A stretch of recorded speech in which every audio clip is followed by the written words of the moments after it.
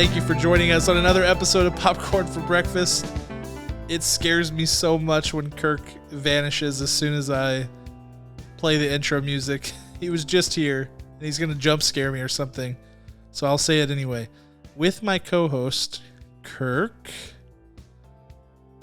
He's still gone. Oh, I get it, guys. So we're reviewing a movie called Ghosted today. And Kirk has ghosted me. That's what it is. Did I pass the test, Kirk? He's still gone.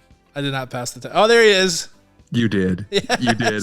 Dude, let me just tell you, my level of cognitive focus and I'm exhibiting it right now. My level of cognition right now is extraordinarily low. So let's just all thank our lucky stars that I thought of that and actually figured it out. You did. Because we could have been here for hours, frankly. Well, part of me, I anticipated only to be gone for about that long. But then once you guessed it, I was like, what if I just never show up to this episode? Just watch. Yeah, it's like a social experiment. I just see what happens. And let us see how young Squirt does flying solo. I call you tomorrow. Hey, how'd the episode go? Like, dude, were you under your desk the entire time? Did you go to sleep? Did you crawl out of the studio? What happened? Yes, to all of the above. I would have respected the heck out of you for that. It would have been something else. If I would have even finished the episode, I probably would have just rage quit. I don't know. I'm your other co-host, Cam. This is a movie review edition of Popcorn for Breakfast. We are going to be reviewing, spoiler-free, Ghosted, an Apple TV Plus original film starring Ana de Armas and Chris Evans, among others. This is a spy rom-com action. All of the things. I hate that I just said all of the things, but it's everything. It's a multi-genre affair.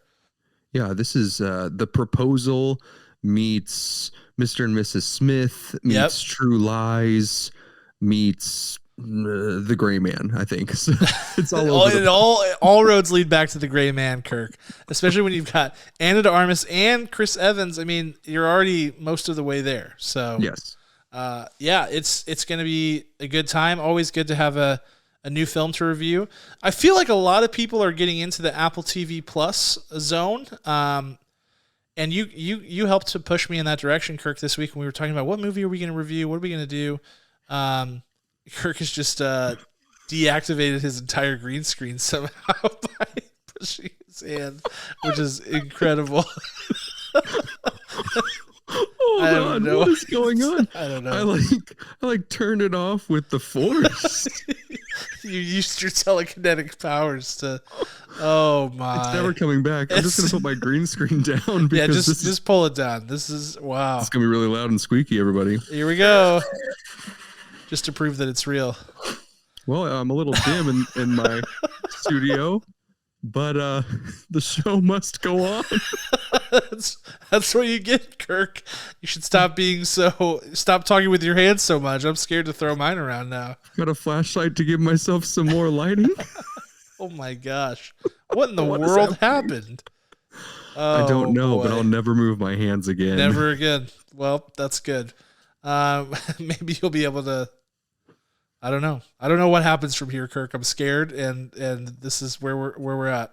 Well, if you can still hear me, then that's all that matters. Kirk coming to us live from Merrimack Caverns. He's underground at this point. Okay, only the local listeners got that reference. Anybody else is like, what? Where's that? Okay. Wow, that was a test, and I failed. That was a lot of laughter. Okay, let's talk about this movie, Kirk. Ghosted on Apple TV Plus. What I was trying to say is that we were trying to pick a movie for this week, and we were discussing a few films, and you were like, hey, Ghosted. I feel like lots of people have Apple TV Plus now. And you know what? I agree. And I looked into it, and it's true. Apple TV Plus subscribers are up. There's lots of people getting in on it. I think the Ted Lasso effect happened. There's a few other things. You can watch all the MLS games on Apple TV Plus with a subscription. So it's growing, and I think a lot of people were checking out this movie. So without further ado, Kirk, let's get into our review of Ghosted. A reminder that it will be a spoiler-free review, so if you have not seen the film, you're welcome to stick around and listen to our spoiler-free thoughts. And Kirk, you can get us started with the synopsis live from the Nether Realm. It's so dark here. At some point, the light's going to come back and it's going to scare me half to death, and that'll be fun. Here we go. Ghosted. Love is in the air for Cole and Sadie until Sadie goes MIA. By a surprise turn of events and a leap of faith, Cole discovers that the woman he is falling for is a spy. Can Cole untangle the international crime mystery he's caught himself in? Or can Sadie use her tactical training to deceive even her own heart for her feelings for Cole? See if Sadie texts back this spring in Ghosted, now streaming on Apple TV+. Nice. I love it. Good synopsis. Great radio voice or TV trailer man voice. Kirk, let's dive right into this thing. We're going to start as we always do with the acting performances. Of course, the names on the marquee are certainly Ana de Armas, Chris Evans, but there are many, many others in this cast. It's a pretty broad cast. Adrian Brody appears. Yeah. There's lots of cameo appearances that we may or may not. We probably won't get into because those are spoilers. But Adrian Brody is the villain in the movie. Where are you going with your and the Oscar goes to? Who's your best actor? Well, I just remembered that I have this little trophy, and since my green screen isn't working, I don't know if it's going to show up on the video, but I'm going to try it. And I just want to say, I don't want another pretty face. I don't want just anyone to hold. Do you have stickers? How did you do that? You just wrote on it? It's dry erase. Oh, I'm gonna buy you one. Nice.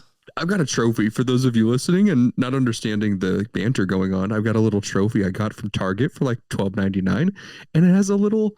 It looks like, just like a generic trophy. It says you're the best, and then you can write on who you want the winner to go to.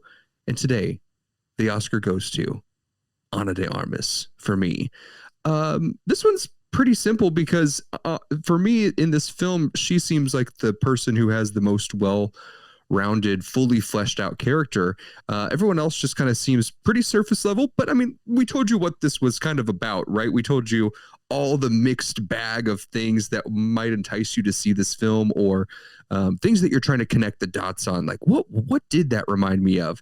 And there are very incredible glimpses of real character work that Ana de Armas puts into the role of Sadie throughout. One of the biggest moments, and it's so small, it's ridiculous. I don't even remember what she says, but there's a moment when her and Cole are getting into a taxi, and she gives him this look, and I'm like, that was a really very unique choice to look at him that way. It's just like moments like that throughout the entire film.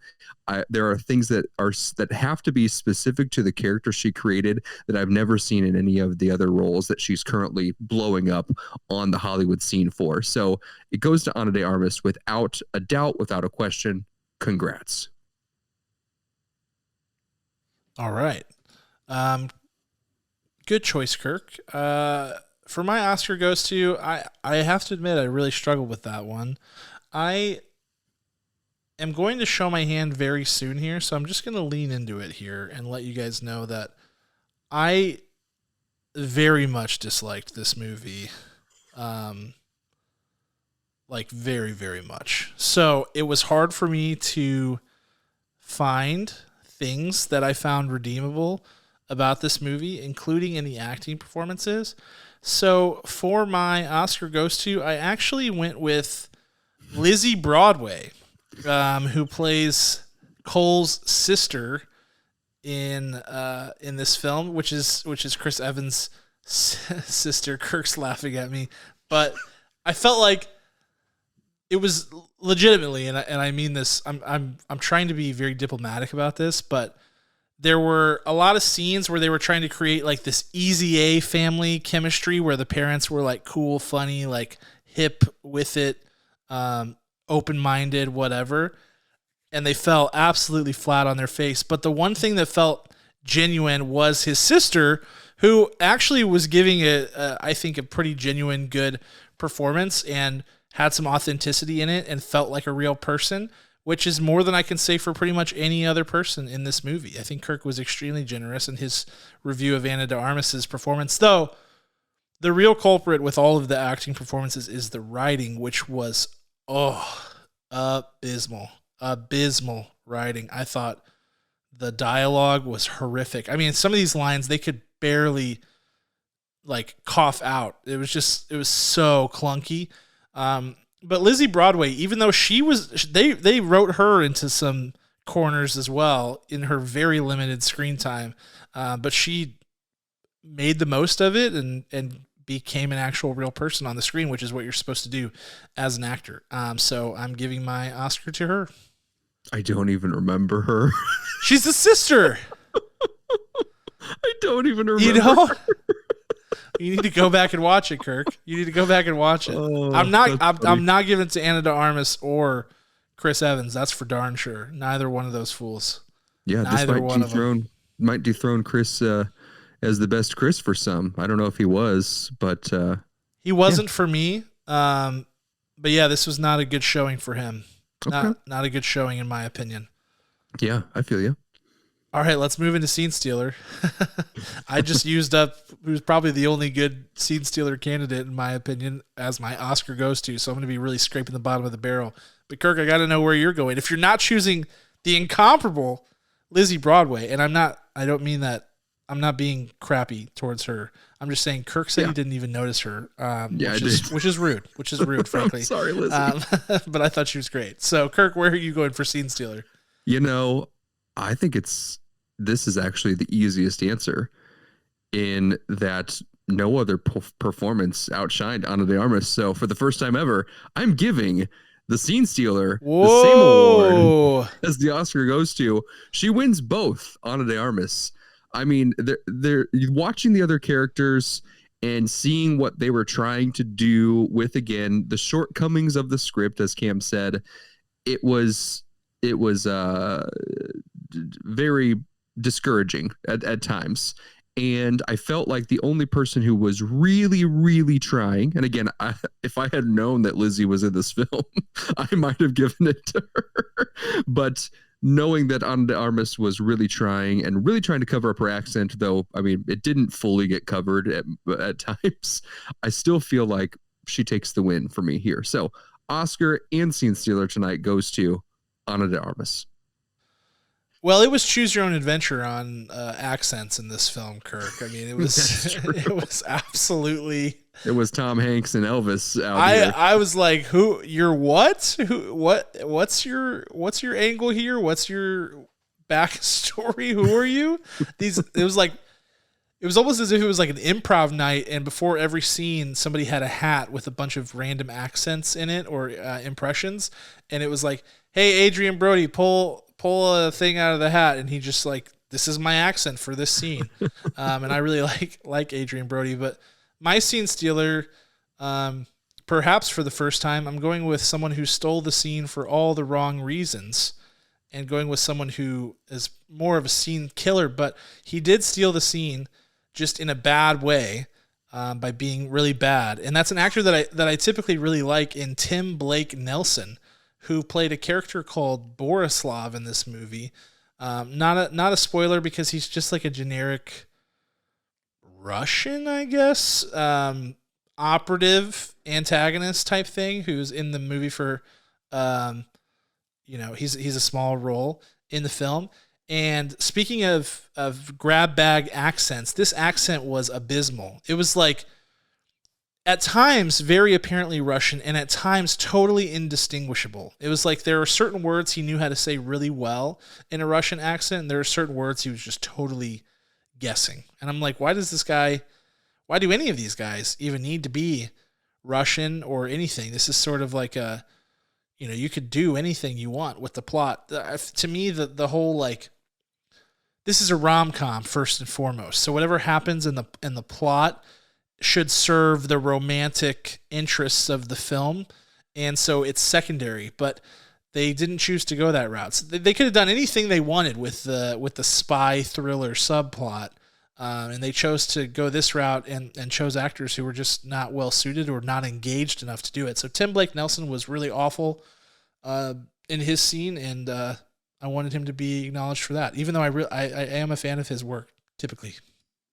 I'm going to dump on the writing a little more since we're here. Yeah, fire away.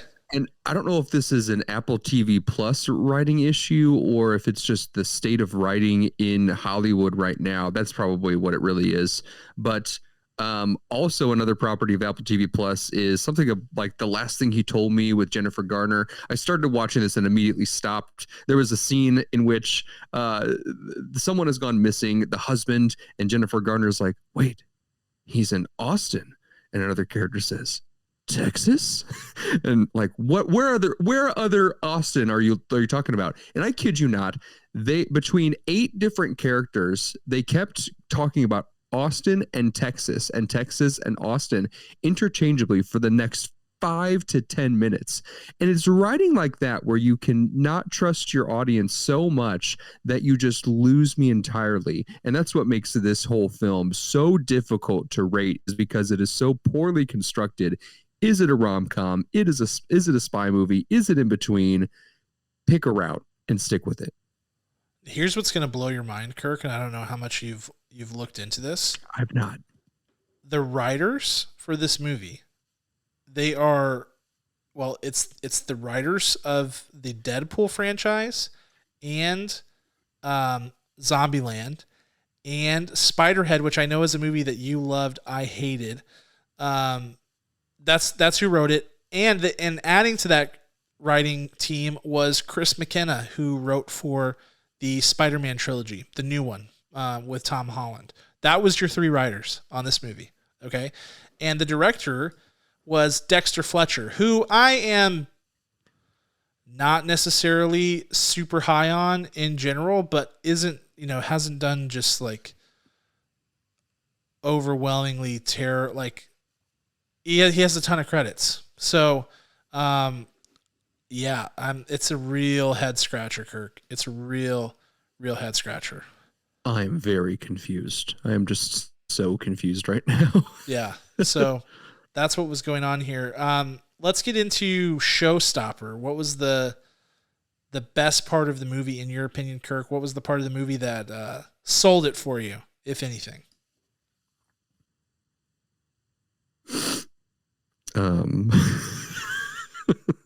This is hard. You're really selling it, Kirk. I love it. You really, I can tell that you just loved this one. Yeah. Ana de Armas. No. No, you can't use that trick again. You know what I really, this is maybe super meta. This is more so like an appreciation of all of the actors, would be not actual impressiveness by the, this isn't even an award, not the impressiveness about the combat in this film, but more so the impressiveness of an actor who's like a normal person who then people look at them and say, I want to see them in an action movie. I want to see Chris Pine be a super spy. I want to see Ana de Armas do like all these crazy kicks and attacks and take down all these like giant people. I want to see it, right? Like the fact that they learn how to do that kind of stage combat and they commit to it, and they don't bring in the stunt double for anything they can't do. And these two specifically are people who are gung-ho at it and want to do everything they can before the stunt double steps in. So I don't know if that's an actual nod to this specific film. It's just something I thought about while watching this film. Like, people just kind of label actors whatever they want to. Like, you are now a spy in this movie, so sell it. And I think they sold that part of it. So I think kudos to them for that. Okay. I don't even fully, you're like, they really went for it. They tried. They really gave it an effort out there. I'm not so sure they did, but I appreciate you appreciating that, Kirk. I'm happy for you for that for you. Okay. My showstopper. As I continue to be extremely mean to this movie and that will continue. My showstopper is there is one scene in the middle of this movie that I cannot divulge exactly what it is. If you've seen the movie, you'll know exactly what I'm talking about. But there is one scene in the middle of this movie that is the most attention-grabbing scene for a particular reason, and it is a comedic bit that, in the right film with the right tone, would have been hilarious, would have just slayed. And actually, I was able to kind of disconnect and just watch the scene as the scene, pretending like it's not connected to the rest of this movie, and I found it enjoyable. But the tone was so far off in this movie, like they didn't know what they wanted to do. They didn't know if they wanted to be totally preposterous, zany, slapstick, goofy with the film, or if they wanted to be safer, more generic comedy. They were stuck in that. And this scene falls way more into like the zany, crazy comedy that you see in things like Deadpool and Zombieland, and would fit really well in a movie like that. And in those kind of movies, perfect. In this movie, it made zero sense, but it was almost a thing. And what they had there was funny and good, and it was like the actual, like the only part of the movie where I felt really engaged. So that scene was it. That was my showstopper. I don't even know what scene. I'll have to ask you off camera. Do you really not? It's the one. How can I say this? It's the one where there are multiple bounty hunters who are trying to capture a particular thing at the same time. Oh, I don't think I liked that part. In the middle of the movie. In the middle. Yeah. Not at the end. Okay. Maybe. With certain, you know what I'm talking about? I know now I know what scene. Okay. Now I can appreciate your non-spoiler. Yes, thank you. Coded. I can't go much farther, Kirk. Like beyond that, I'm really treading in dangerous waters there. It's not like, before we did cameras, sometimes we could hold up notes or make signals to each other like charades almost, and now it's like, well, let's figure this out. We're going to figure it out. We'll do it live. Okay. And now we'll go to director's shoes, Kirk. What was the part of this movie that you would have changed, edited, added notes for, etc.? Yeah, I think besides what we've already mentioned, I think that Chris Evans was just grossly miscast in this role. Grossly miscast. And I love Chris Evans. Chris Pine is my top Chris followed by Chris Hemsworth. And I don't know how I feel about the next two anymore because of the projects that they've taken on, but grossly miscast. Didn't make any sense. It's kind of like when Chris Evans doesn't miss much. I would say that but it is kind of like when Joaquin Phoenix stood up and won his Best Actor for Joker, and he said to Christian Bale, he's going along and he's telling everyone how much he loves him. And he says, "Christian, I just want to see you suck one time." And I feel like this is a pretty big one for Chris Evans. Let's not count his early career because that was just up and down. But I think that it made no sense, zero sense. It must have only been convenient for scheduling for Chris Evans to take this role on and get a paycheck, because not an iota of his look, of his true personality, of his acting skills led him to ever be cast in this role. It didn't make any sense. Not a sense at all. So that's my director's shoes tonight. Yeah, good. I agree with that, and I'll counter with this and say that I think Ana de Armas was grossly miscast in this movie. Fun fact, the original casting choice for this film was Scarlett Johansson, who later bowed out due to scheduling conflicts. And if you watch the movie with that in mind, because I remembered it about 3/4 of the way through the film, I was like, this makes a lot more sense. Scarlett Johansson's type of comedy and the way that she can deadpan and things like that could have actually seismically shifted the tone of this movie for the better. I still don't think it saves the writing. I really don't think it saves the writing, but there would have been more to work with there. Whereas Ana de Armas, I'm not sure why they chose her for this movie. I think she's incredibly talented. I think she's really gifted as an actor and can do incredible things.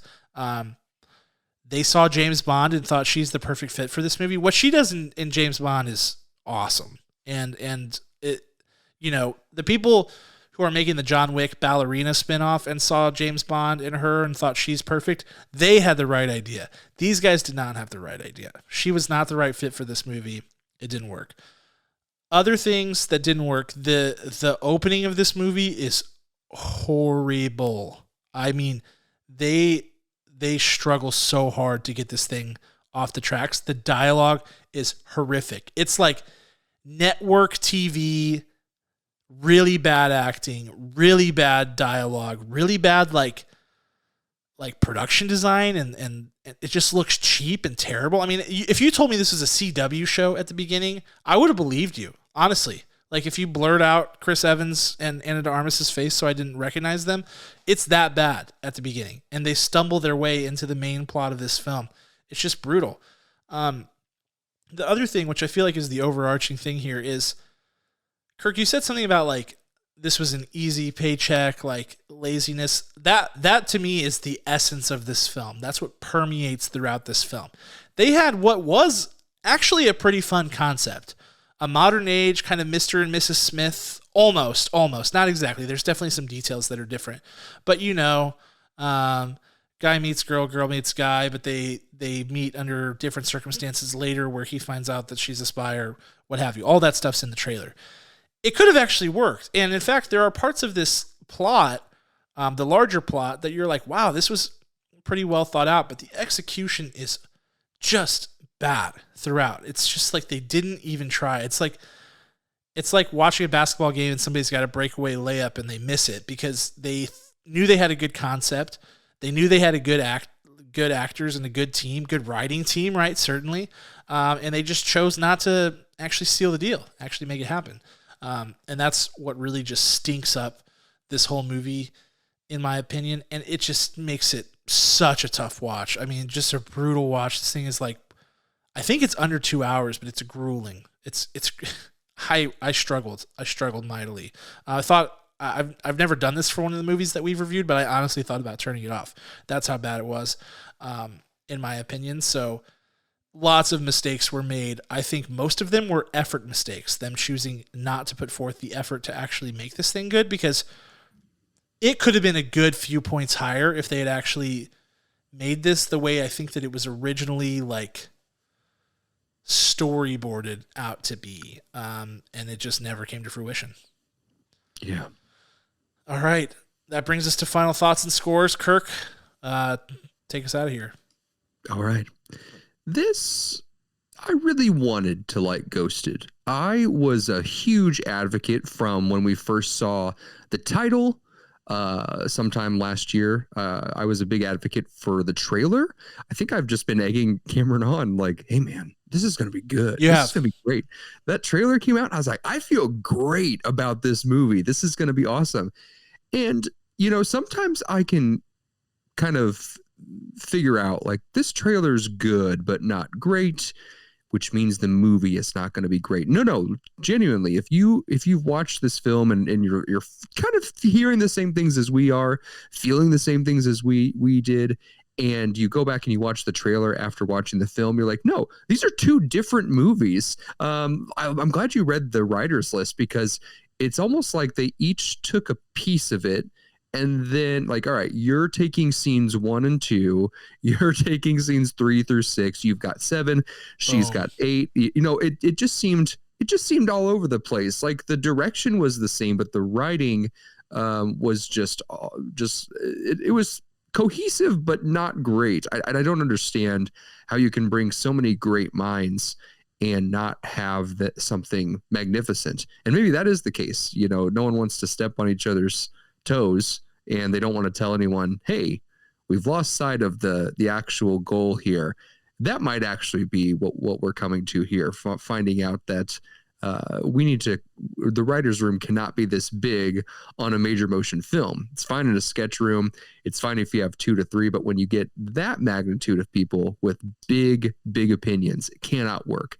And it unfortunately did not work here. If you like this movie, fantastic. I'm glad you did.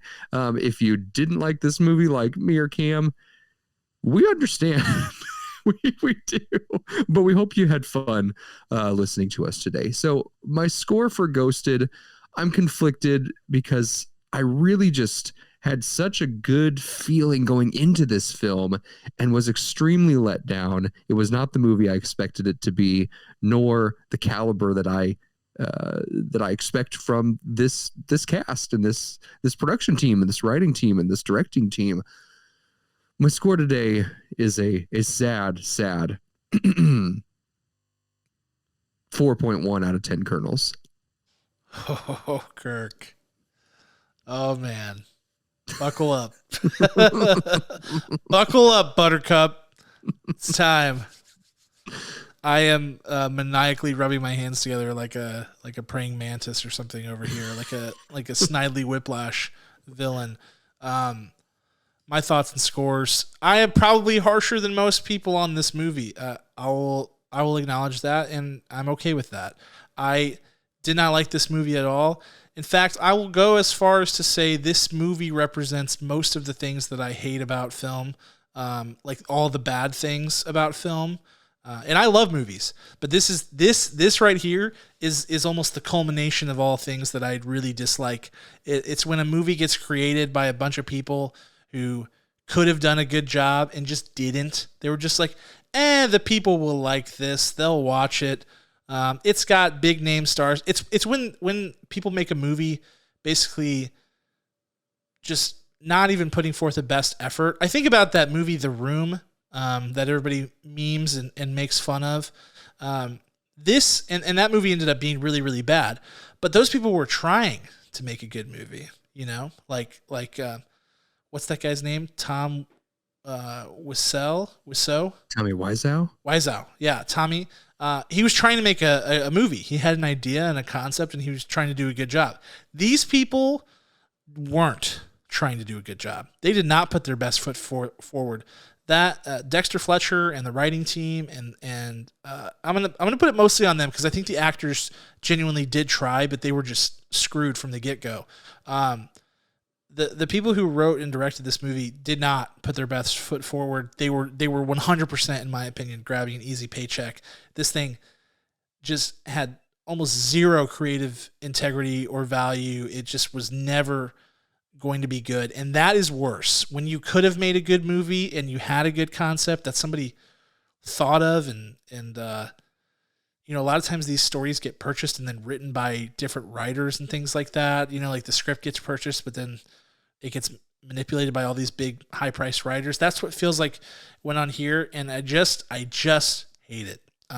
It's a rom-com that's not funny. There's a little bit of chemistry between these two, but not much. The tone was all over the place and mostly wrong, and they even the plot of the larger plot that unfolds in this movie is just way more convoluted than it needs to be, with so many moving pieces and people that are involved. It's just a big miss, in my opinion. So I'm giving it an incredibly low score because I just really disliked it. I'm giving it a 1.5 out of 10. I really, really disliked it. And I think just because of what it kind of represents, which is just not a true, honest effort at creating something that is a good try. This was not a good try, in my opinion. This was poor effort. I think that there's, life imitates art in how my screen crashed, today with my green screen and my lighting. I'm still lit at 15% over here. It's so dark. If you told me that you were sitting outside at night, I would believe you. I don't know what happened. What are these bulbs at? They're 100-watt bulbs. I have two of them aimed at my face right now. They're the same exact lights that I have. So yes. For contrast, so I don't know. You clearly used psychic powers on your camera and destroyed it, which I'm very impressed about, or impressed by. But it's terrible. It's ruined everything. I don't get it. I'm immediately going to buy a new camera. I feel like it's a camera thing, and I'll just be here in the dark until the next time we see each other, everyone. Yes, and I will just say too, for anybody who watched this movie, liked this movie, and then heard my review and was personally offended by it, please don't take it personally. It does not mean that I think you have bad taste in movies. It just means that my perspective on this particular movie was that is not my jam, for all of those reasons. And I could be dead wrong. It's just the way that this whole thing goes. So watch what you watch, like what you like, hate what you hate. That's what it's all about. It's been, you know what? Sometimes it's fun to bash a movie too. I have fun with that. So I do not regret watching it. So here we are. We all win. We all win. But thank you guys so much for listening. That's been our spoiler-free review of Ghosted. If you watched it and you agree or disagree with us, please share your thoughts. We'd love to chat about it. It's such a good time. It could be really, really fun time to talk about it, especially if you have vastly different opinions. That makes it all the more interesting. But until next time, we're going to leave you with a thank you to our executive producer, Ryan Spriggs, and a thank you to the band Rhetoric, who created our original music, which you are about to hear now. Take a listen to that as we send you off, and we will see you all next week. Talk to you then.